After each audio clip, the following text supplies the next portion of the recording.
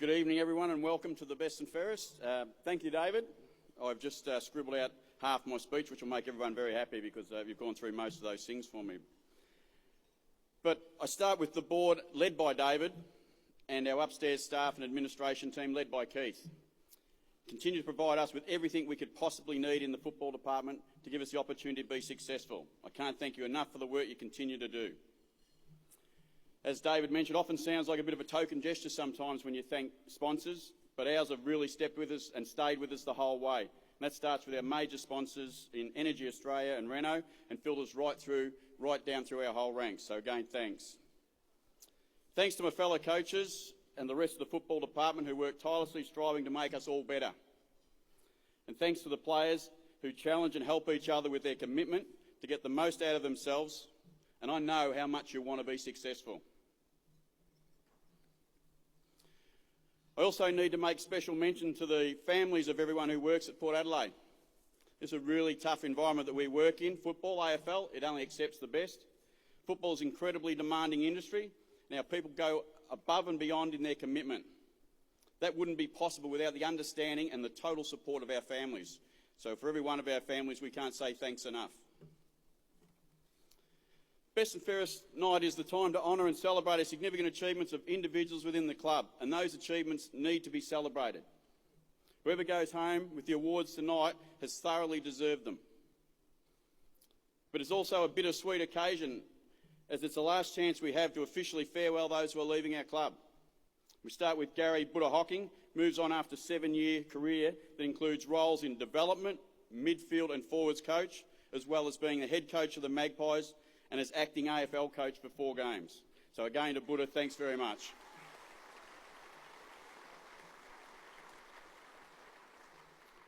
On field, we lose our 2 bookends. We lose Adapati Carlisle and Jay Schultz, both leaving us after having given an amazing effort.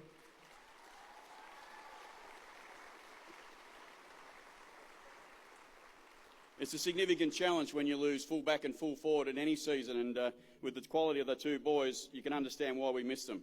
Wish you all the best in the future. We want to make sure that you know that you'll always be a part of the Port Adelaide family. So both boys, make sure you stay involved and you knock on the door anytime you like. Good luck and all the best. Also to Kane Mitchell, John Butcher and Sam Colhoun, who've given us great service, and they're all to the club in their time here.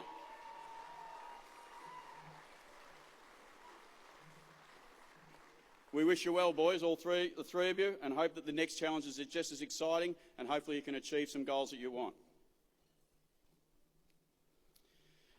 As David touched on before, there's been much to be proud of in the season, with 6 young players earning their AFL debuts on Darcy, Logan, Jesse, Dougal, Will and Riley. There's a lot of positives that come out of that for me as coach in the next year. A number of others who took their games to the next level, showing that they have what it takes to become great players for our footy club. And the way the contracted Magpies guys have stood up to the demands put on them has been outstanding. And to Chad and the boys, well done.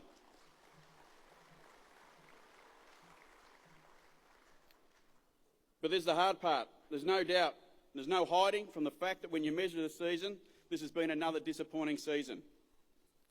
Obviously, here we are bringing it to a close when the real stuff, finals, the reason our club exists, has only just begun and we're closing down. It just doesn't feel right. I have a sense of deja vu standing up here again, missing the top 8. The challenges we faced this year were very different to the challenges we faced in 2015.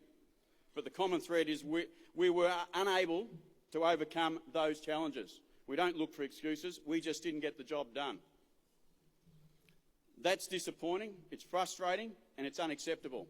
And it's my responsibility to fix it. Footy is like life. If you're around long enough, there are going to be some tough times. It's how you respond that becomes the measure of the person and the club. We are Port Adelaide, and we fight through adversity. There'll be a lot of pressure coming from outside ahead of next season, and so there should be. There'll be pressure from our members and fans, so there should be. And you better believe there'll be pressure from the other 17 clubs chasing that Premiership Cup, and that's exactly the way it should be. But none of that should compare to the pressure we put on ourselves and each other to be the best. Pressure is part of success. Grow up, expect it, welcome it, and rise above it. It's time. We have to be prepared to defend who we are. We created some doubt, I reckon, this year in our ability. Let's do whatever's necessary to erase that in 2017. When we come back from our break, as I said to the boys, don't just be willing to work hard. Come back wanting to work hard. Key one, let's be recognised by the way we play, not the noise we make. I began tonight with a number of thank yous, and I need to also make a special thank you to the ladies in the kitchen and Dad's Army. You're amazing people, and for some reason, nothing's ever too hard. Thank you very much.